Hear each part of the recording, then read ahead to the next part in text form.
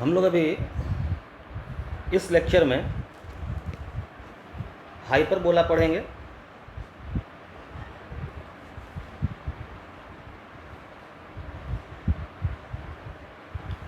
और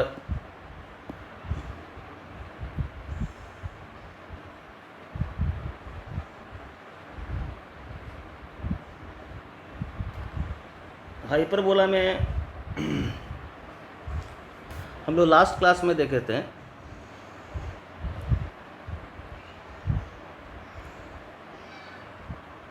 कि हाइपरबोला में दो फोकस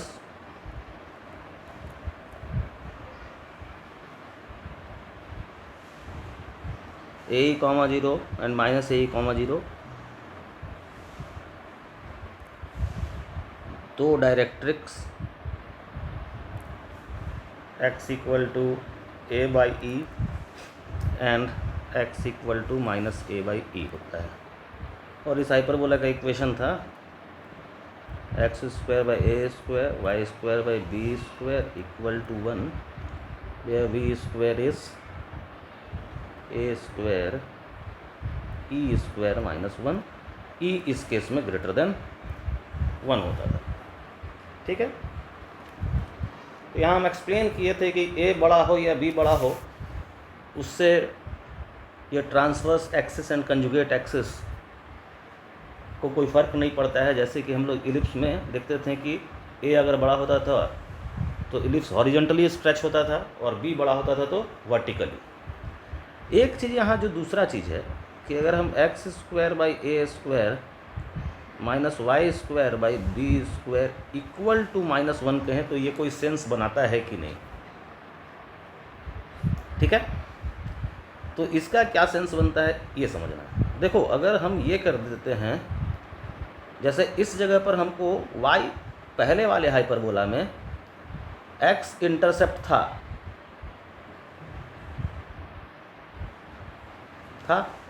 ये a,0 और -a,0, y इंटरसेप्ट नहीं था। इस केस में देखा जाए तो x इंटरसेप्ट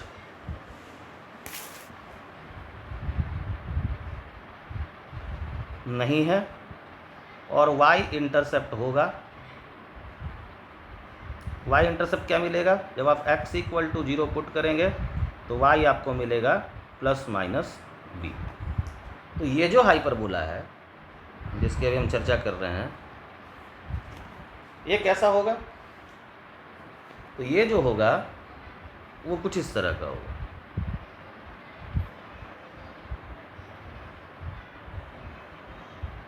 इसका y इंटरसेप्ट होगा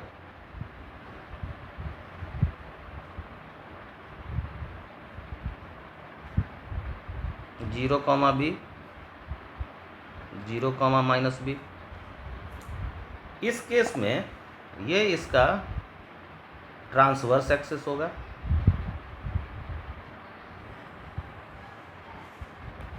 और ये हो जाएगा हॉरिजॉन्टल लाइन कंजुगेट एक्सिस, यानी x एक्सिस कंजुगेट एक्सिस होगा और y एक्सिस ट्रांसवर्स एक्सिस होगा।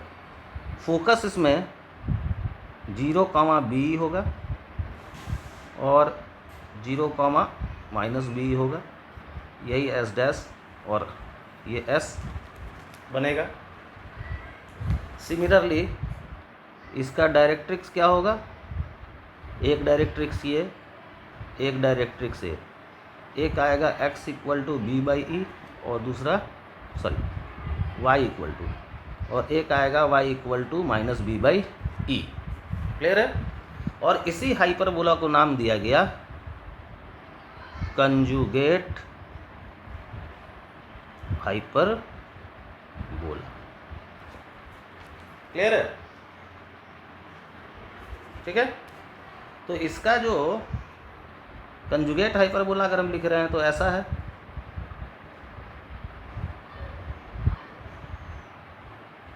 दोनों तरफ -1 से मल्टीप्लाई कर दिया तो यहाँ क्या होगा कि a² जो होगा वो b² (e₁² - 1) के बराबर होगा। क्लियर है? Here E1 is the eccentricity of conjugate hyperbola. अब क्या है जरा देख लें, relation between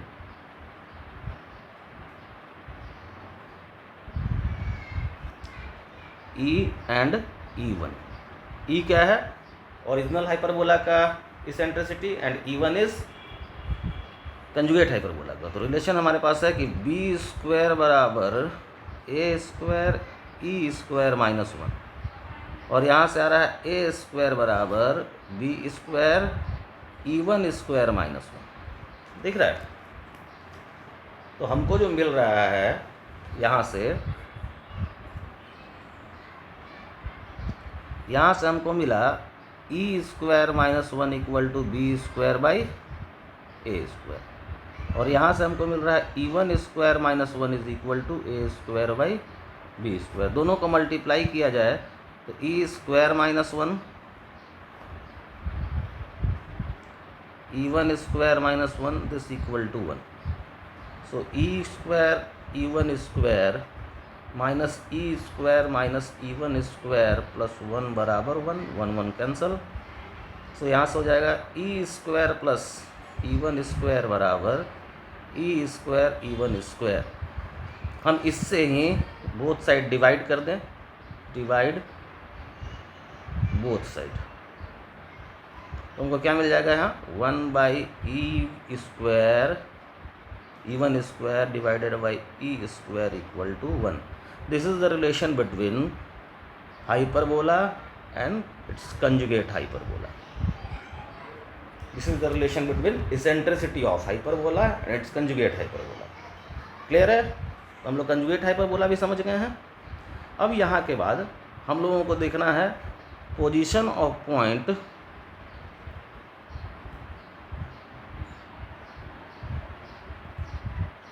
with respect to hyperbola। ठीक है? तो हम यहाँ फिर से एक एक्सप्रेशन ले लें, position of point is P, इसी का पोजीशन देखना है। और यहाँ जो कर्व है हमारे पास, जैसे हम लोग हर एक जगह देखे थे, बी स्क्वायर माइनस 1। क्लियर? तो यहाँ पे अगेन S1 एक सिंबल हम लोग ले लेते हैं, याद है, जो कि एक न्यूमेरिकल वैल्यू है after putting the point in the equation of hyperbola. तो यहाँ पर हम देखो एक नया चीज़ इंट्रोड्यूस कर रहे हैं जिसका डिस्कशन हम लोग आगे करेंगे, एजिम्टोट, जिसको हम आगे एक्सप्लेन करेंगे।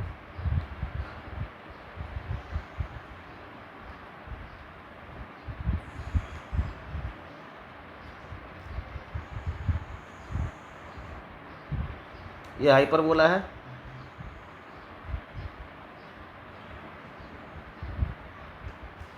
ये दो लाइन जो हम अभी ड्रॉ कर रहे हैं, ये एजिम्टोट ऑफ हाइपरबोला है, जिसका इक्वेशन हम लोग बाद में निकालेंगे। एजिम्टोट एक ऐसा लाइन होता है जो कर्व को इन्फिनिटी पे टच करता हुआ महसूस होता है। ठीक है? कर्व को इन्फिनिटी पे टच करता हुआ फील होता है, उसी को हम एजिम्टोट कहते हैं। एजिम्टोट का इक्वेशन हम यहाँ लिख दिए हैं, इस इक्वेशन को हम लोग बाद में डेराइव करेंगे। तो एजिम्टोट जो एक टेंजेंट टाइप का ही चीज़ है, लेकिन टेंजेंट नहीं है क्योंकि ये कर्व को इन्फिनिटी पे टच कर रहा है, जो कि रियल तो है नहीं। अब देखो यहाँ पर अगर पॉइंट P इस एरिया में रहेगा, this is called inside the parabola, hyperbola, तो ये जो तुम्हारा S1 होगा ये ग्रेटर देन 0 होगा। हर एक जगह इनसाइड में लेस देन 0 होता था, यहाँ देखो ग्रेटर देन 0 होगा। S1 समझ रहे हो क्या है? ये वाला। क्लियर? अगर P इस एरिया में रहेगा, इन बिटवीन एजिम्टोट एंड हाइपरबोला, इस एरिया में, तो S1 जो है वो लेस देन 0 होगा। क्लियर? और अगर P in between the asymptote रहे इस एरिया में, तो x1 square by A square minus y1 square by B square ये लेस देन 0 होगा। ज़रा बीच वाले एरिया को और हम अच्छा से डिफाइन कर दें। इसमें दो कंडीशन है, एक मतलब बीच वाला एरिया कहने का अर्थ है in between asymptote and hyperbola, ठीक है। इस एरिया में S1 अगर लेस देन 0 हुआ तो इसका मतलब हुआ x1 square by A square minus y1 square by B square less than 1, और साथ साथ ये ग्रेटर देन 0 भी होगा। हम इसी एरिया वाले को प्रूफ करेंगे, जैसे हम लोग इलिप्स में किए हैं, जैसे हम लोग पैराबोला में किए हैं, सिमिलर वे में हम लोग इसको यहाँ भी प्रूफ करेंगे, ठीक है। तो इसमें क्या है,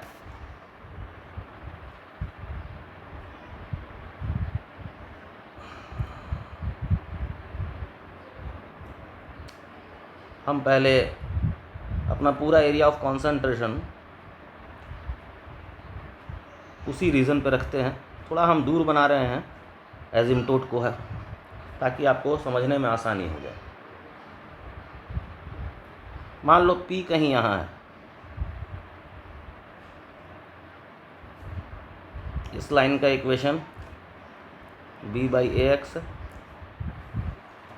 और कर्व का इक्वेशन हम जान ही रहे हैं x square by A square minus y square by B square equal to 1 है। तो हम लोग वहाँ भी किए थे कि इस लाइन को हम क्या किए, इस पॉइंट को से इस पे परपेंडिकुलर ड्रॉ कर दिया। क्लियर है ना। अब देखो ये पॉइंट हम लिए हैं x1 कॉमा y1 डैश। इस पॉइंट को थोड़ा और क्लोजली लें तो ज़्यादा बेटर होगा। हम थोड़ा सा इसको इरेज करते हैं, पॉइंट को हम थोड़ा ऐसा लेते हैं कि वो हाइपरबोला को भी काटे और उस लाइन को भी काट दे। तो हम इसको यहाँ ले लेते हैं P।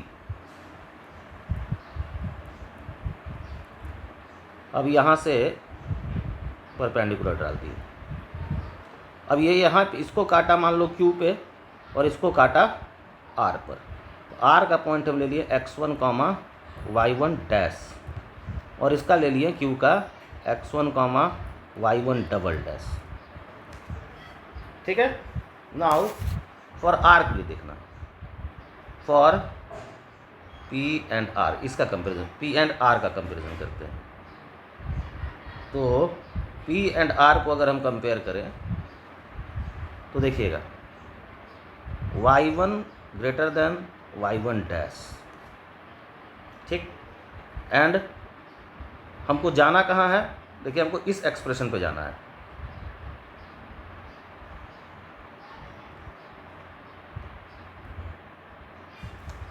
इस एक्सप्रेशन पर वहाँ पहुँचना है, ठीक है। तो पहले एक चीज़ देख लो, R हाइपरबोला पे लाई कर रहा है। तो R अगर हाइपरबोला पे लाई करेगा तो x1 by A square minus y1 dash का स्क्वायर बाई बी स्क्वायर ये इक्वल टू 1 होगा। क्यों, R lies on hyperbola. Hyperbola का इक्वेशन हमको पता है, तो इक्वेशन में हम पुट कर दिए x1 y1 डैश को, ठीक है। हमको जाना है इस एक्सप्रेशन तक। तो हम क्या किए हैं, स्क्वायरिंग कर दिए, तो y1 स्क्वायर जो होगा वो भी बड़ा होगा y1 डैश के स्क्वायर से। अब माइनस बी स्क्वायर से दोनों तरफ डिवाइड कीजिए। जैसे ही माइनस करोगे, पहले माइनस कर लो, माइनस जैसे ही करोगे, माइनस से मल्टीप्लाई करोगे तो ये इनइक्वालिटी चेंज कर जाएगा। अब ये बड़ा हो जाएगा y1 dash square, b square से डिवाइड करो,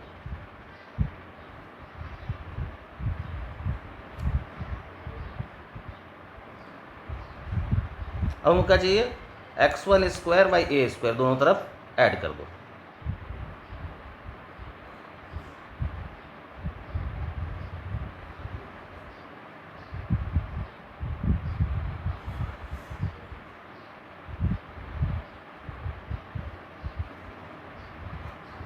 ठीक। अब देखो फ्रॉम ए, ये क्या हो जाएगा, दिस इक्वल टू 1 फ्रॉम ए। तो यानी कि ये जो एक्सप्रेशन है आपका,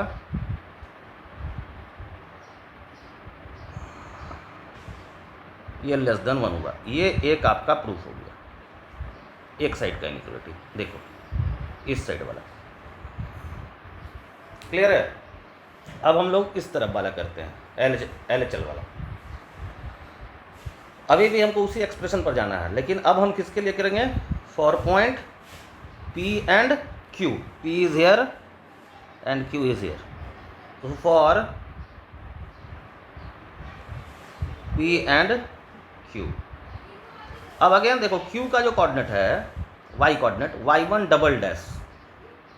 सो ये y1 डबल डैश अभी बड़ा है y1 से, तो बट ऑब्वियस है कि इसका स्क्वायर भी बड़ा होगा इसके स्क्वायर से।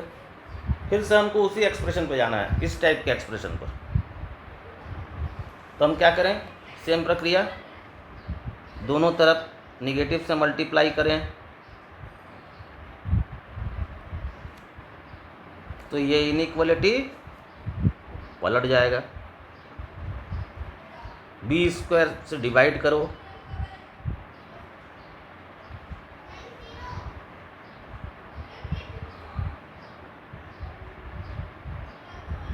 और दोनों तरफ x1 square by A square add कर दो।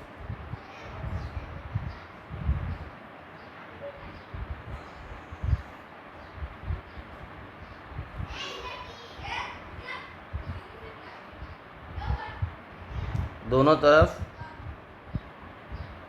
इसको ऐड कर दिए। अब देखो इस एक्सप्रेशन पर जाना है हमको। Point x1 comma y double dash lies on y equal to b by a x. देखो इसी कर्व पे लाई कर रहा है ये पॉइंट, ठीक है। तो हम लिख सकते हैं, इसमें पुट कर दें, तो y डबल डैश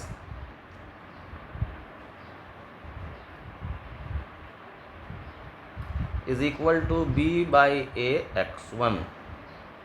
सो हम स्क्वेयरिंग कर दें तो y डबल डैश का स्क्वायर बराबर b square by A square x1 square. तो यहाँ से हम लिख सकते हैं y double dash square by B square equal to x1 square by A square, ठीक। तो ये क्या हो जाएगा, दिस इक्वल टू 0 होगा। ये from B, from B this equal to 0। So this one is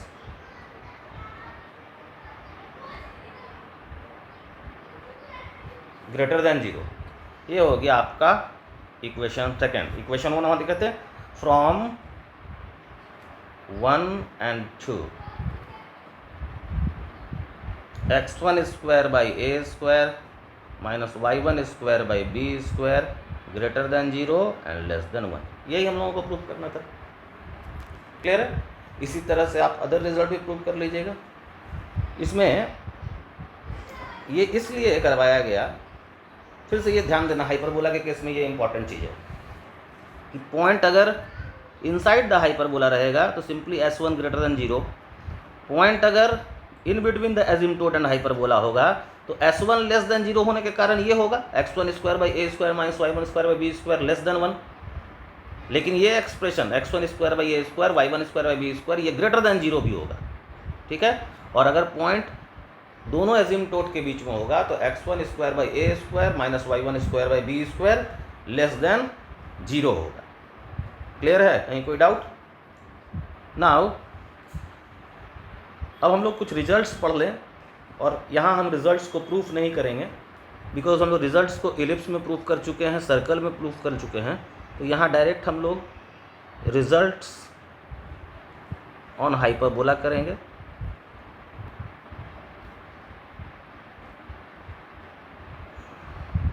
first result is the line y equal to M x plus C. ये सब कर चुके हैं हम लोग, इसलिए यहाँ प्रूफ हम नहीं कर रहे हैं। The line y is equal to M x plus c is tangent to x square by A square minus y square by B square equal to 1। ठीक है, then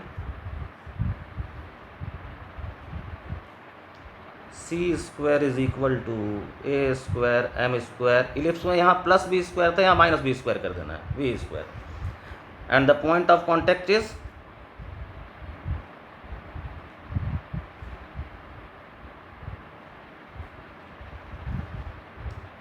minus A square M by C था, ellipse में ये रहेगा x coordinate, y coordinate B square by C था, यहाँ minus कर देना है। क्लियर है? And the equation of tangent is y equal to M x plus minus A square M square minus B square under root. ठीक है, second result, locus of point of intersection of locus of point of intersection of perpendicular tangents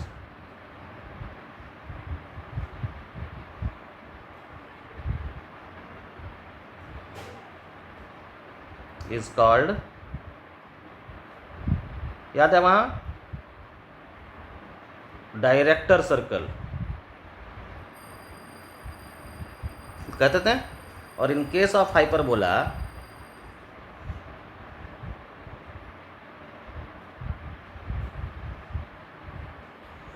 it's equation is, ellipse में क्या लिखते हैं, x square plus y square equal to A square plus b square, यहाँ हो जाएगा minus B square. Clear है? Third result, the equation of tangent at any point x1 comma y1 on hyperbola is t equal to 0, x x1 by a square minus y y1 by b square equal to 1। Clear है? Fourth, the equation of normal at x1 comma y1, ellipse में लिखाए थे, याद है, x minus x1 by x1 square by x1 by A square, और यहाँ लिखाए थे y माइनस y1 बाई क्या था, y1 बाई बी स्क्वायर। यहाँ क्या करना है, यहाँ माइनस कर देना है बस, क्योंकि बी स्क्वायर आया है, वहाँ प्लस बी स्क्वायर था, यहाँ minus B square.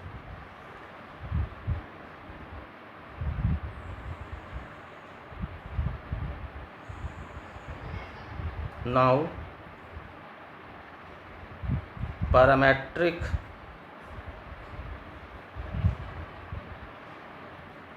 point on hyperbola is a sec theta b tan theta. देखिए एक हाइपरबोला के इक्वेशन को सेटिस्फाई कर रहा है, sec square theta minus tan square theta equal to 1 हो जाएगा। क्लियर है?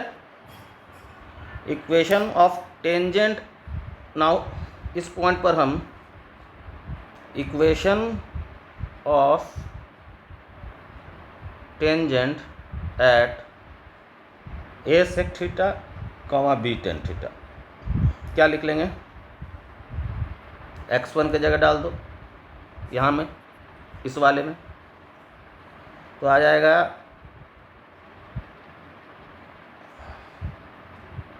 x by a sec theta minus y by b tan theta equal to 1. Similarly, and normal is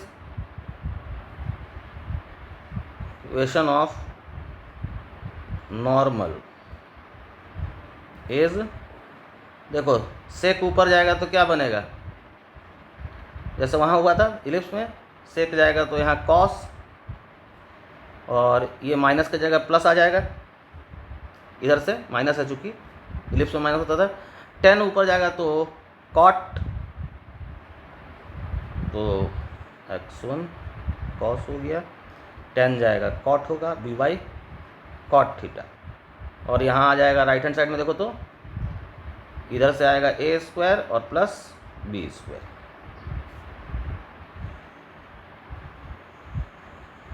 ठीक है. 7th, the equation of chord joining points a sec theta 1 b tan theta 1 and a sec theta 2 b tan theta 2 is, जैसे ellipse पे लिख देते हैं x by ए. अब देखो यहाँ पर यहीं पर थीटा 1 माइनस थीटा 2 बाई 2 होगा, वहाँ प्लस होता था, फिर यहाँ माइनस हो जाएगा, इलिप्स में प्लस होता था, y बाई बी साइन, यहाँ ठीक रहेगा थीटा 1 प्लस थीटा 2 बाई 2, यहाँ ठीक रहेगा, लेकिन फिर राइट हैंड साइड में वहाँ माइनस था, यहाँ प्लस हो जाएगा. तो यहाँ पर इलिप्स और इसको अगर लिया जाए तो 3 जगह साइन चेंज कर रहा है. ठीक है, ज़रा नोटिस करना, एक साइन चेंज कर रहा है यहाँ, दूसरा साइन चेंज करेगा यहाँ जो इलिप्स के इक्वेशन में, और तीसरा साइन चेंज कर रहा है यहाँ.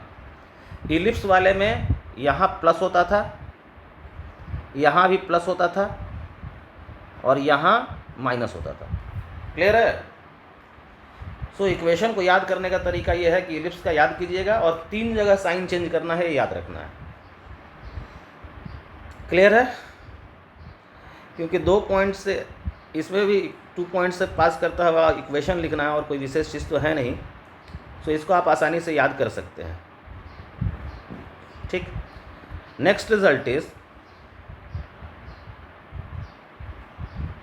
Equation of chord of contact of point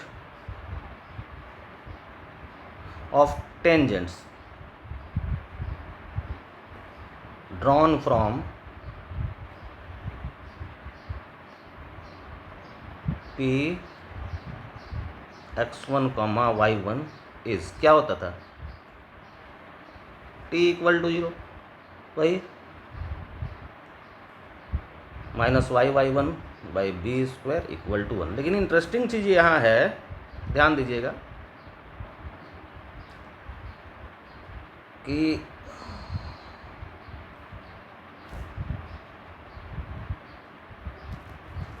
एजिम्टोट है ये हाइपरबोला का,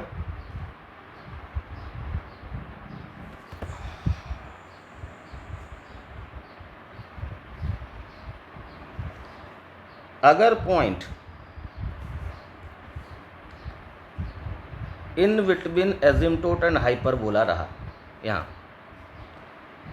तो chord of tangents goes on the same branch पे जाएगा, और ये लाइन बनेगा chord ऑफ कॉन्टैक्ट, अगर P यहाँ है तो. क्लियर? अगर P in between asymptote and hyperbola है तो tangent goes on the same branch और ये लाइन बनेगा कॉर्ड ऑफ कॉन्टैक्ट। लेकिन P अगर यहाँ है in between asymptote, then tangent goes to the different branch of hyperbola and this line will become chord of contact। Clear है ना? फिर से रिपीट कर दें, अगर पॉइंट हाइपरबोला और एजिम्टोट के बीच में है तो टेंजेंट सेम ब्रांच पे जाएगा और उससे जो लाइन, उसका जो पॉइंट ऑफ कांटेक्ट को हम ज्वाइन करेंगे तो जो ब्लैक वाला यहाँ दिख रहा है फिगर में वो बनेगा कॉर्ड ऑफ कांटेक्ट और उसका इक्वेशन होगा t = 0। लेकिन पॉइंट इन बिटवीन द एजिम्टोट है तो टेंजेंट डिफरेंट ब्रांच पे जाएगा और जो लाइन रेड में दिख रहा है वो बनेगा कॉर्ड ऑफ कांटेक्ट। क्लियर है? नेक्स्ट रिजल्ट इज वही equation of chord of hyperbola